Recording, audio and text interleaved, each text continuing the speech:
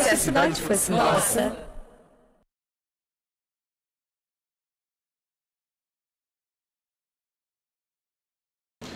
Bom, queria agradecer a oportunidade de discutir. Vou colocar algumas preliminares para uma discussão que nos foi proposta. Primeiro, acho que a gente tem que fazer uma pergunta, que tem que perpassar e anteceder esse conjunto de debates, se nos interessa disputar a prefeitura. Pergunta, aparentemente, todo um debate que pretende discutir um programa, mas por quê? Em que sentido essa disputa e eventual conquista de um governo local é pertinente para uma força social e política que pretende participar do processo de transformação revolucionária que conduz ao socialismo e à sociedade solidária, etc. Essa pergunta me parece pertinente, não é nada evidente. Afinal de contas, embora nós sejamos muito melhores do que todos os outros, nós conhecemos experiências que estão na nossa frente de partidos nascidos de lutas populares, que foram disputar uma série de governos locais e não apenas, e nós sabemos o que deu. Não vou aqui. E não necessariamente nós somos melhores que eles, ou eram piores que nós, ou as lutas das quais nós emergimos são mais dignas e mais revolucionárias do que as lutas das quais eles emergiram.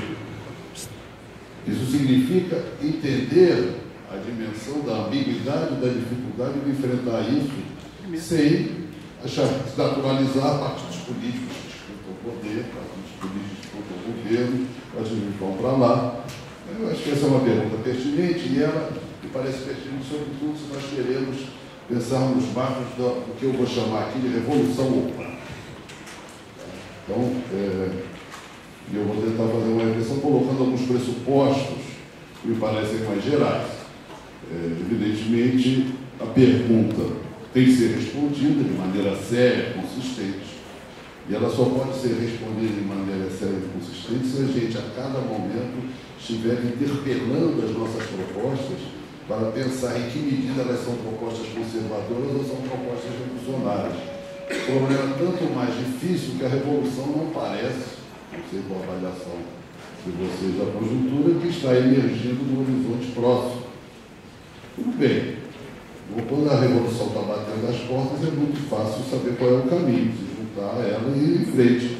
E quando ela não está batendo as portas, quando aparentemente, claro que ela pode irromper sem que a gente espere, mas normalmente as revoluções não avisam, nem os revolucionários, nem os contra-revolucionários. Mas mesmo que a gente imaginasse que ela não está batendo as portas, o que fazem os revolucionários quando a revolução não está batendo as portas? Uma tendência forte é se transformar em forças conservadoras, realistas. Não dá para fazer isso, não dá para fazer aquilo, e surge uma lista de impossibilidades. A questão é quais são as listas de possibilidades que existem para a ação revolucionária no momento não revolucionário e, em particular, para a ação num determinado segmento da organização do Estado burguês. Então, próximo.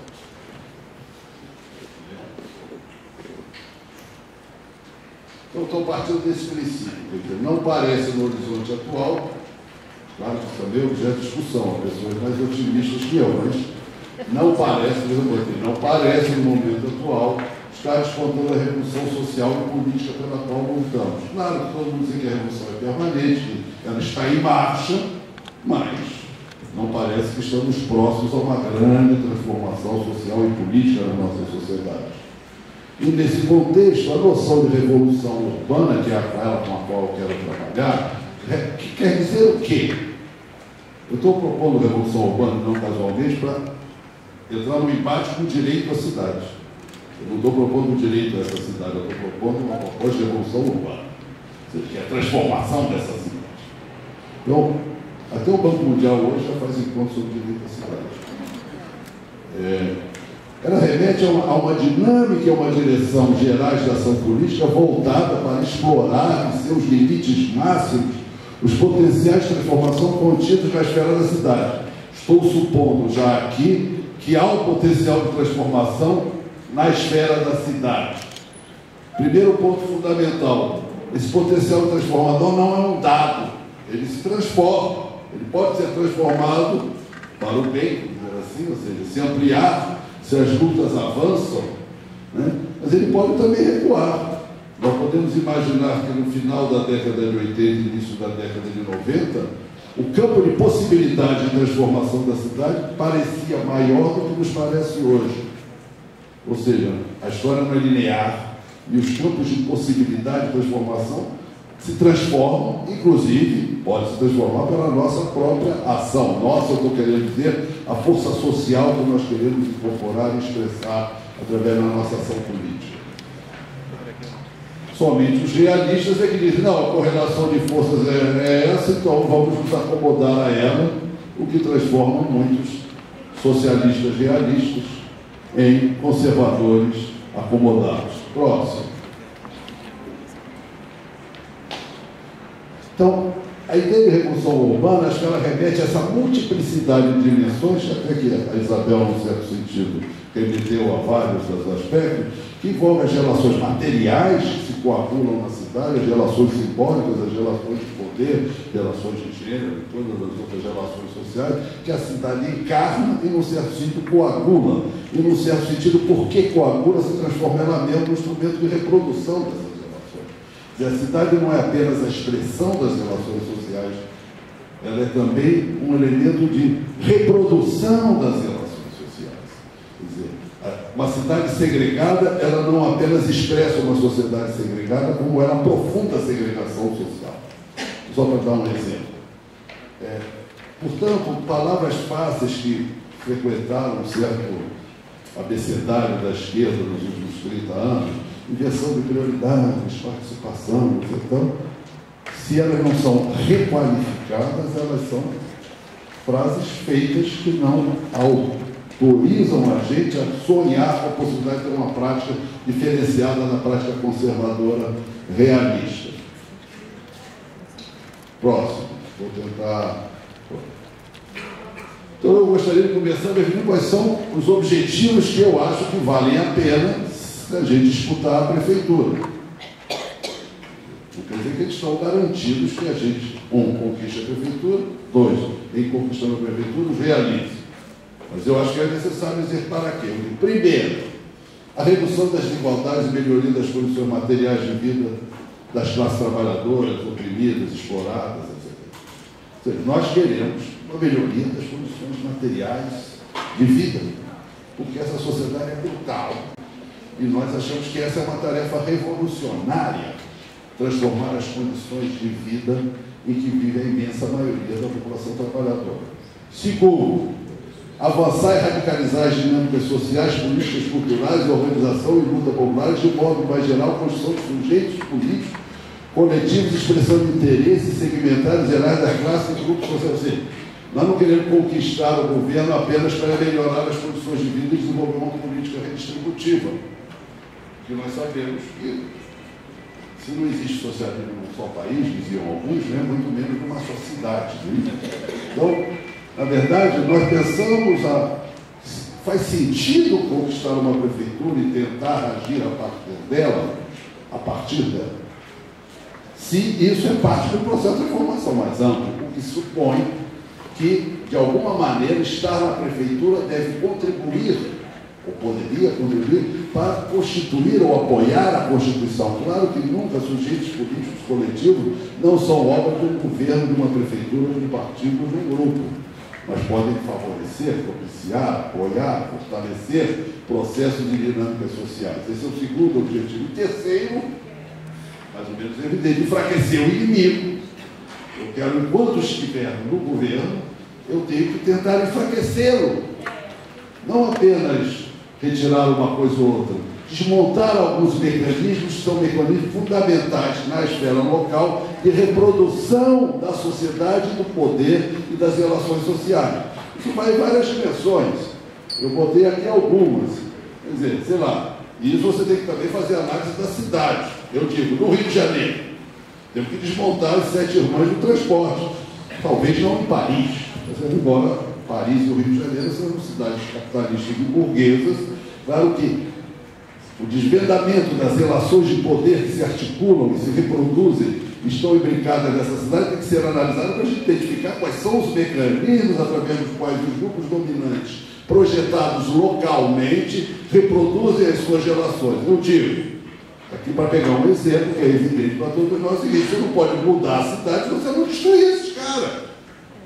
Porque a massa de poder e de capacidade de influência que eles têm sobre a estrutura e as relações sociais e a distribuição de recursos na cidade de tal ordem, que eles são um instrumento de poder fundamental, tem que ser desmontados, as clientelas, etc, etc e tal. Caramba. Vamos. Próximo. A culpa é do leão. Uma outra coisa que a gente tem que levar em conta: a cidade, na tradição do pensamento socialista, revolucionário, ela era vista como uma arena da luta de classe. Ela não é apenas uma arena da luta de classe. A cidade é alvo e objeto da luta de classe. E isso está cada vez mais se afirmando pelo fato mesmo de que a cidade deixa de ser apenas um locus da acumulação capitalista para ser objeto direto da acumulação capitalista. A Isabel fez algumas menções do processo de financiarização da cidade. A cidade como objeto do processo de valorização. Claro que ela, em certo sentido, sempre foi isso, sempre como proprietários de terra que ganharam na especulação. Só que agora nós estamos falando de grandes interesses. A última grande crise capitalista nasce na cidade, do processo de financiarização da cidade. A Isabel fez referência à questão da propriedade da terra, que existe desde sempre, alguns séculos já, mas ela muda de natureza agora sobre o capital na era neoliberal. Então, isso significa também identificar quem são os nossos inimigos em geral e na nossa cidade. Na nossa cidade, os grandes proprietários de terra, que definem os eixos e as formas de evolução da cidade, os grandes detentores dos processos de privatização dos serviços públicos, aí entra o transporte, mas entra uma série de outros setores que hoje fazem da cidade, do serviço público, um negócio privado. São interesses poderosos. As grandes empreiteiras, se precisasse, e eu diria os grandes bancos que articulam tudo isso. Mas na esfera local, eu diria que a coalizão de poder, que há 25 anos detém o poder dessa cidade, foram 3 governos de César Maia, um governo de Conde, 2 governos agora do Eduardo Paes. E, evidentemente, também parte dos nossos adversários, bem que são os beneficiários deste processo, setores expressivos das classes médias e classes médias altas que se beneficiam. Esse é o quadro. A gente podia, eu não vou ter tempo, meu tempo já está acabando, a gente podia também analisar quem são os nossos aliados. Eu só estou colocando um pouco uma metodologia. Próximo, vou tentar correr. Então é isso, quer dizer, isso eu já falei, ótimo. Aqui, a cidade como obra. Do ponto de vista deles, a cidade é um ativo, um negócio. Do nosso ponto de vista, uma obra pública, um bem público, uma obra, como eu disse, ela é resultado do bem público. Então, mas ela é também um conjunto de recursos financeiros, recursos paisagísticos, recursos locacionais, recursos políticos, recursos simbólicos. Tudo isso é algo que está em disputa, e a revolução urbana, nesse sentido, se ela é múltipla, multifacética, multidimensional, ela envolve batalhas nessas múltiplas dimensões desse bem público complexo que é a cidade, e das disputas que se dão, de maneira segmentada quase sempre, mas não necessariamente, por esses recursos que estão coagulados na cidade, e que colocam aí sim. A gente abriria aqui a discussão sobre o lugar e o papel de uma prefeitura, sobre o controle de um poder comprometido, de uma força social comprometida com a revolução urbana, poderia desempenhar na intervenção sobre a distribuição desses recursos. Próximo. Não estou falando apenas de dinheiro, não. Então, se a gente agora, para concluir, porque eu tenho que falar de habitação, se a gente for falar de habitação, primeiro, não podemos falar de habitação se a gente não falar de infraestrutura, de transporte, de localização, de educação, de saúde, etc. Ou seja, o que está em jogo, a proposta aqui é o seguinte: nós deveríamos fazer essa análise geral que eu fiz para cada segmento e entender quem são os interesses envolvidos, quais são os recursos em disputa, em que medida o controle do poder local permite interferir de maneira decisiva para alterar esta disputa, de maneira a avançar nos 3 objetivos que a gente definiu inicialmente. Ou seja, como é que é a minha política habitacional? Ou contribui para melhorar as condições materiais de vida. 2, como ela contribui para construir sujeitos sociais. 3, como é que ela enfraquece o nosso inimigo. E a gente tinha que replicar essas perguntas a cada momento. Eu estou quase trazendo quase uma proposta metodológica. Próximo. Vou pegar só um exemplo da terra que a Isabel falou. E o contexto legal e institucional onde essa batalha se dá. Lei Federal 11.124, função social da propriedade urbana, visando a proibir a atuação direcionada, mas o que interessa é próximo, tá? Próximo. Pense que me interessa. Utilização prioritária, incentivo ao aproveitamento de áreas dotadas de infraestrutura, utilização prioritária de terrenos de propriedade do poder público para a implantação de projetos habitacionais e interesse social. Próximo. Constituição Estadual. Artigo 233. As terras públicas estaduais utilizadas prioritariamente destinadas a assentamentos de interesse social. Próximo. Lei Orgânica do Município. Mesma coisa. Artigo 417. As terras públicas não utilizadas ou subutilizadas serão prioritariamente destinadas a... Para onde estão indo as terras públicas da cidade do Rio de Janeiro? Próximo. Próximo. Área portuária, 80% de terra pública, 5 milhões de metros quadrados. Não sei se vocês têm ideia do que é 5 milhões de metros quadrados. Vou dizer para vocês. Copacabana tem 4 milhões e meio de metros quadrados. Uma Copacabana foi entregue ao consórcio Porto Novo, Parque Olímpico, ali onde estão sendo expulsos os moradores da Vila Autónoma. 1 milhão de metros quadrados. Leme. Então, entregando uma Copacabana e um Leme para Odebrecht e seus associados, quando a lei federal, estadual e municipal. Próximo. Se vocês já conhecem esse mapa, onde está o Minha Casa Minha Vida, que aliás eu li com tristeza lá na proposta, vocês querem fazer alguma coisa com Minha Casa Minha Vida. Eu acho que a primeira coisa que tem que fazer é não fazer Minha Casa Minha Vida no Rio de Janeiro. Aquilo ali é um exercício do grande capital privado. Aquilo ali é uma operação financeira a serviço do capital privado, seguindo o modelo chileno dos Chicago Boys liberais, que entregam a cidade em nome de, a pretexto de fazer habitação social. Para onde vão os pobres? De até 3 salários mínimos, o azul mais escuro, depois o médio 3 a 6 e o mais clarinho 6 a 10, mostram uma intenção deliberada de segregar e aprofundar a segregação e a desigualdade na cidade, enviando os mais pobres a 40, 50, 60 quilômetros de distância das duas áreas onde estão 60% do emprego. Próximo. Então, Minha Casa Minha Vida. Vocês estão vendo alguma coisa que se pareça, obedeça o nome de cidade, né? Isso é tirado de um site não de crítica, um site de publicidade do Minha Casa Minha Vida. Não é cidade. Mas além de ser um elogio à criatividade da arquitetura brasileira, eu não sei se a gente pode chamar de cidade. Próximo. Parece? Vai e volta. Aqui eu faço um efeito visual. Se não fosse colorido, seria parecido. Isso daí é Vila Queime Bangu, 1971, ditadura militar. É o mesmo destino para os pobres. Fora da cidade, essas áreas, vocês sabem, são as áreas mais brutais do desemprego, da degradação, da anomia, o lugar que a nossa cidade destina aos seus pobres. Próximo. E aí, a cidade será maravilhosa, você vê que os morros, graças a Deus, são verdes e ecológicos, não há mais um pobre em cima de nenhum cucuruto de imóvel. Da onde é tirada essa imagem, uma publicidade da Petrobras na revista Carlos Alberto. Ou seja, um hino à ecologia e ao bem-estar social. Próximo. Então, algumas ideias orientadoras de uma política, claro, meu tempo já acabou, já estou dando uma olha feia para mim, feia, você não consegue olhar feio para alguém. Esse é o vídeo. Questão da terra, o fundo de terras públicas. Temos que discutir como é que constituímos um fundo de terras públicas, né?